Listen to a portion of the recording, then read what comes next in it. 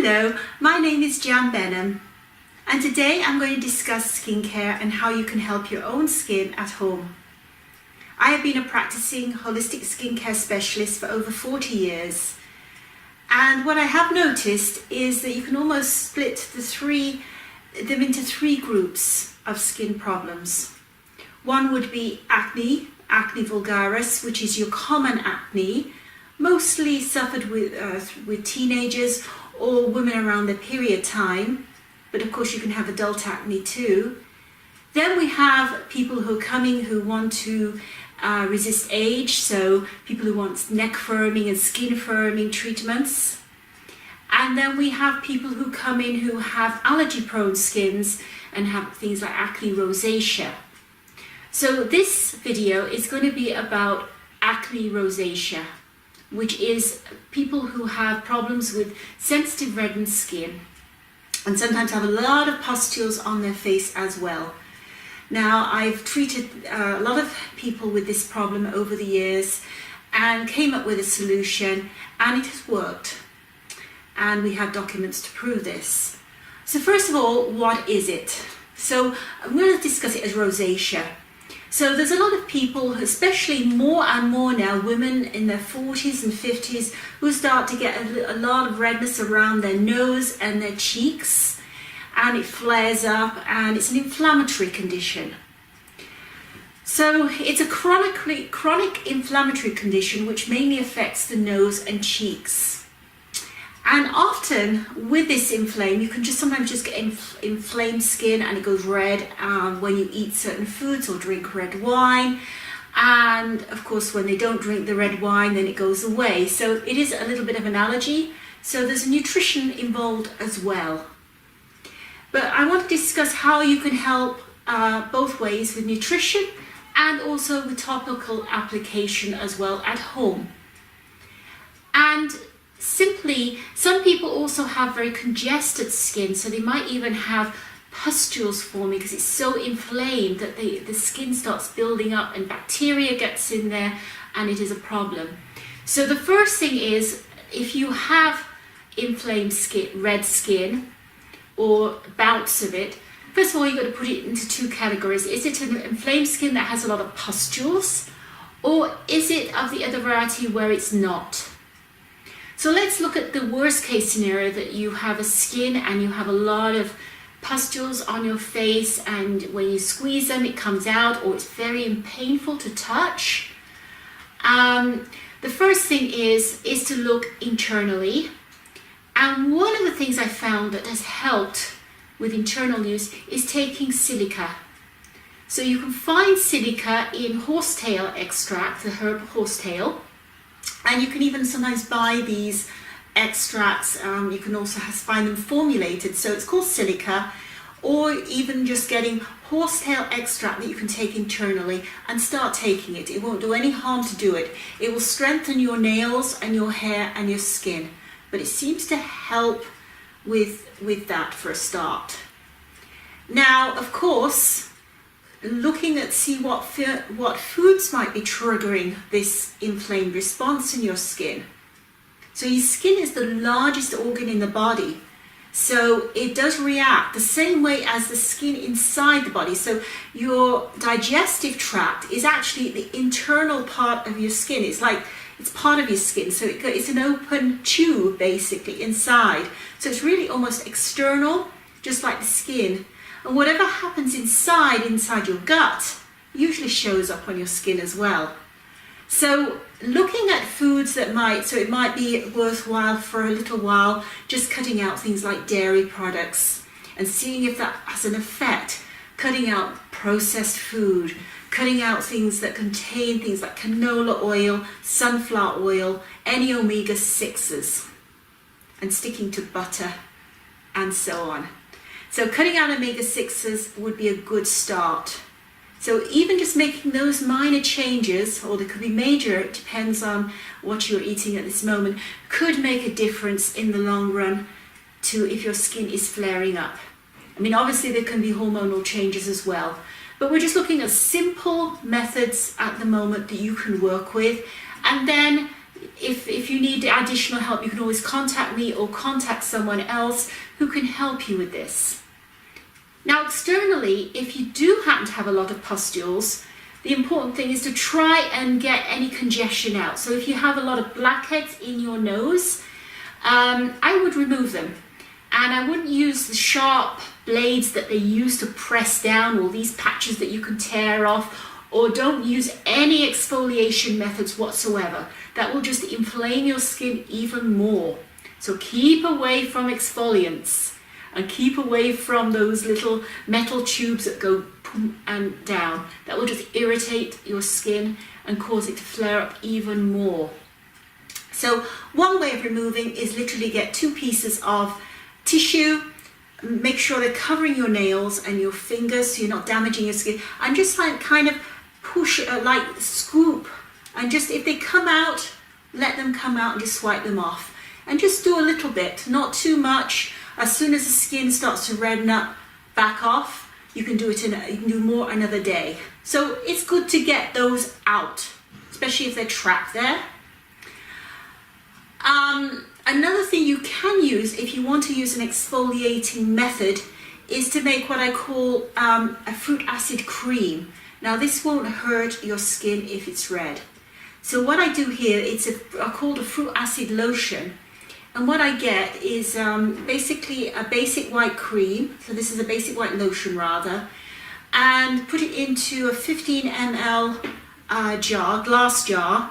And put 6 drops of lemon essential oil, 6 drops of grapefruit, and 6 drops of lime, and mix it all up so it's very highly concentrated in the fruit acids, and apply it to the congested area, especially if there's a lot of whiteheads on those whitehead area, not too close to the eyes, and just keep on applying it like a moisture cream at night time or in the morning every day. And what I start to find, it doesn't hurt good skin, but it does eventually slough off the whiteheads. The other trick is to put a little bit of lemon essential oil into some seaweed gel. I have talked about the seaweeds, and apply a little bit of that to any whiteheads that you might have or excess sebum. And that also helps to eliminate the excess sebum gently without harming the good tissue underneath the skin. It's the same also for removing brown spots as well. It will help to slough off the old skin basically, and allow new skin to form correctly underneath. So that's important. Then the other thing is to work on healing your skin. So very gentle.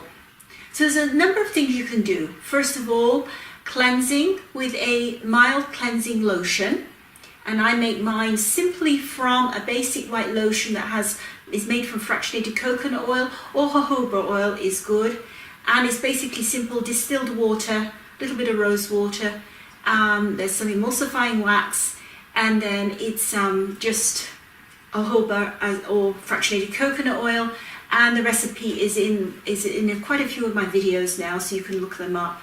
And also in my books, The Creamy Craft of Cosmetic Making and The Baby Boomers Beauty Bible. And then I just add a few drops of geranium and lavender essential oil, just very small amounts. And then what I do is I just put it onto a damp cotton wool every night and put a bit of the cleansing lotion onto the pad, and I wipe off. If I wear makeup, then I wipe off the makeup.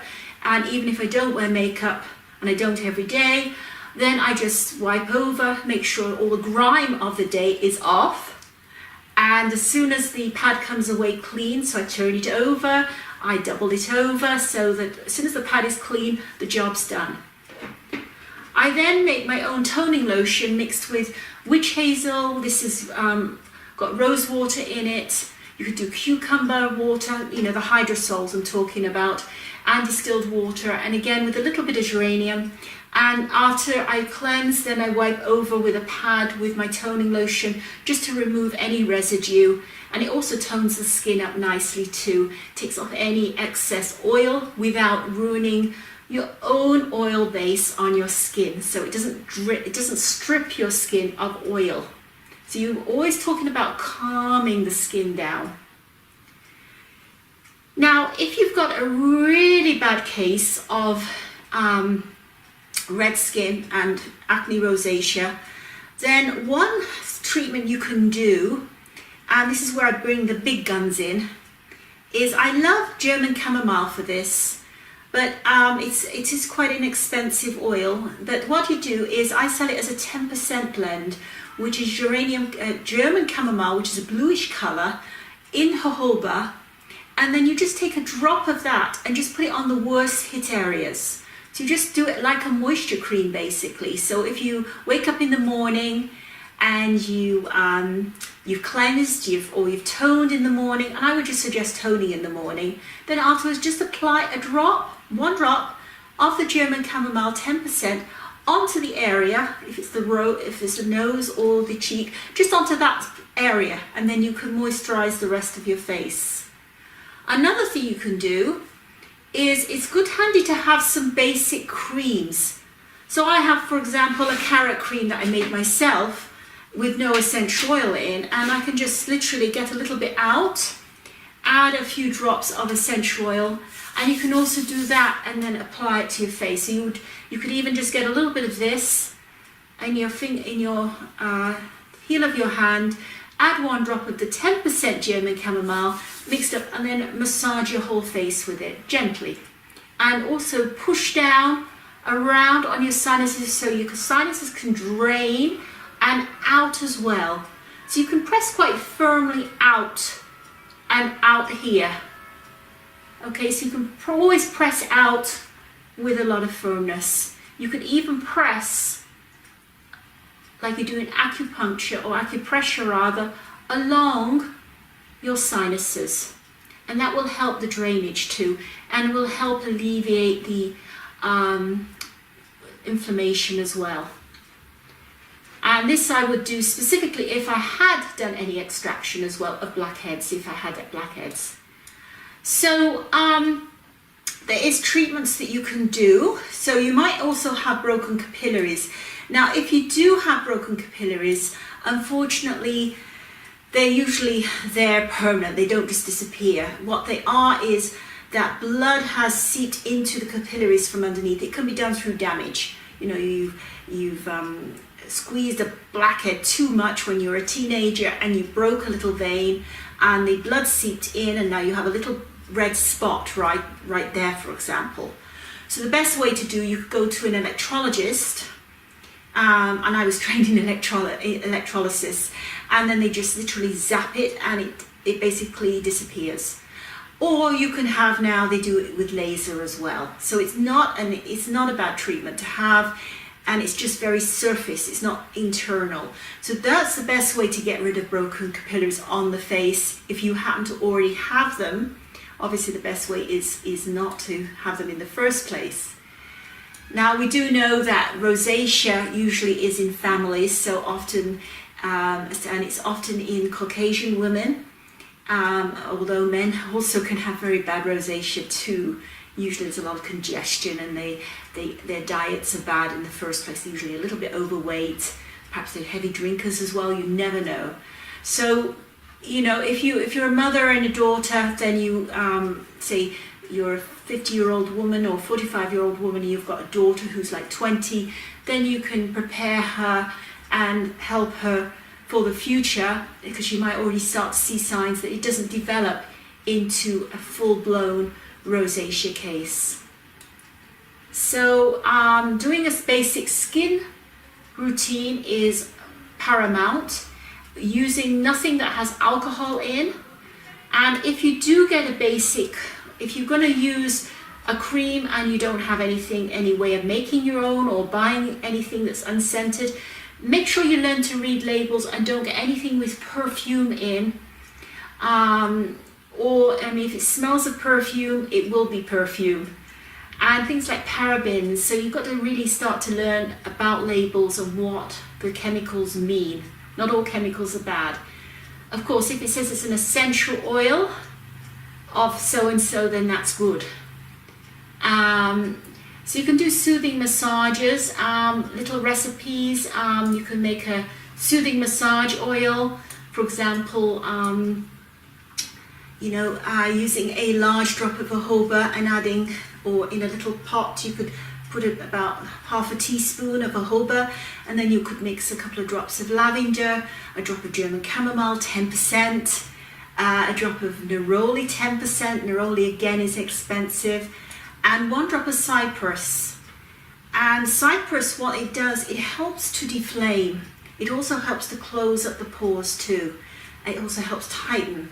So mixing all that up together and applying that again, you could do a little massage every night and use it like a night cream basically on the red areas. And for a moisture cream in the day, if you can get yourself a plain cream like my carrot cream for example, and again you could just add a few drops of a drop of essential oil, as I said, the 10% German chamomile. Another one that's good is 10% of immortelle, which is also known as everlasting. That's another very soothing, calming essential oil that you can add to your skincare products to soothe the skin down. Other essential oils that seem to help with rosacea is frankincense, mandarin, and palmarosa. I don't have this here at the moment. Palmarosa, Roman chamomile, which is slightly different from the German chamomile, lavender, and that's just a few. So we've got frankincense, mandarin, immortelle, German chamomile, Roman chamomile, and cypress, and also neroli and palmarosa. So they're all useful, and you're only talking about 1 drop of, I would say no more than 3 drops of essential oil in a little blend, 3 drops total. So you could choose 1 frankincense, 1 mandarin, and 1 drop of lavender, and that would be a nice blend to apply to the area to calm the area down. So there are a few little things, a little to do there. So to recap, looking at your nutrition, so helping, say, taking some silica or horsetail extract, which is a herb, checking your diet, writing down everything you eat perhaps, and seeing if there are any particular trigger points, and you can read about this all over the internet. So, cutting out dairy, processed foods, and omega-6 oils, which is basically all your vegetable oils except for olive. Then simple skincare routine. A toning lotion that has no alcohol in, just witch hazel, rose water, cucumber water, and distilled water, and possibly some essential oils. A cleansing lotion, the same. Very simple, keep it stupid simple. We call it KISS. Keep it stupid simple. And then a cream or lotion that is basically, if you can have it unscented, and then you can just take a little bit and then a few essential oils, just 3 or 4 essential oils. Now, in the meantime, you might want to cover up your redness, and I think it's very important to do so. So what is very useful here is mineral foundation. Now, mineral foundation is not all the same. So I would suggest you need a mineral foundation that doesn't have any boron nitrate in, that is just simply made from things like zinc oxide, magnesium stearate, oat silk. This mineral makeup has some oat in it, which is very, very calming to the skin. Now, zinc oxide is antifungal, so if you do have a lot of pustules, it will help to basically help that. And also zinc will help to calm the skin down as well. Titanium dioxide as well also calms the skin down. So when it's mixed with oxides, which have no irritating effects on the skin whatsoever, you can literally just get yourself a small brush, or if you want to, you can even use your fingertip, because your fingertips are slightly oily, and you just dip it in and just apply to the areas. Just massage the powder onto that area, and then just soothe out the sides, and you can do that up to as much coverage as you need, and I think you'll find it will just make that redness disappear, and it will cover up enough.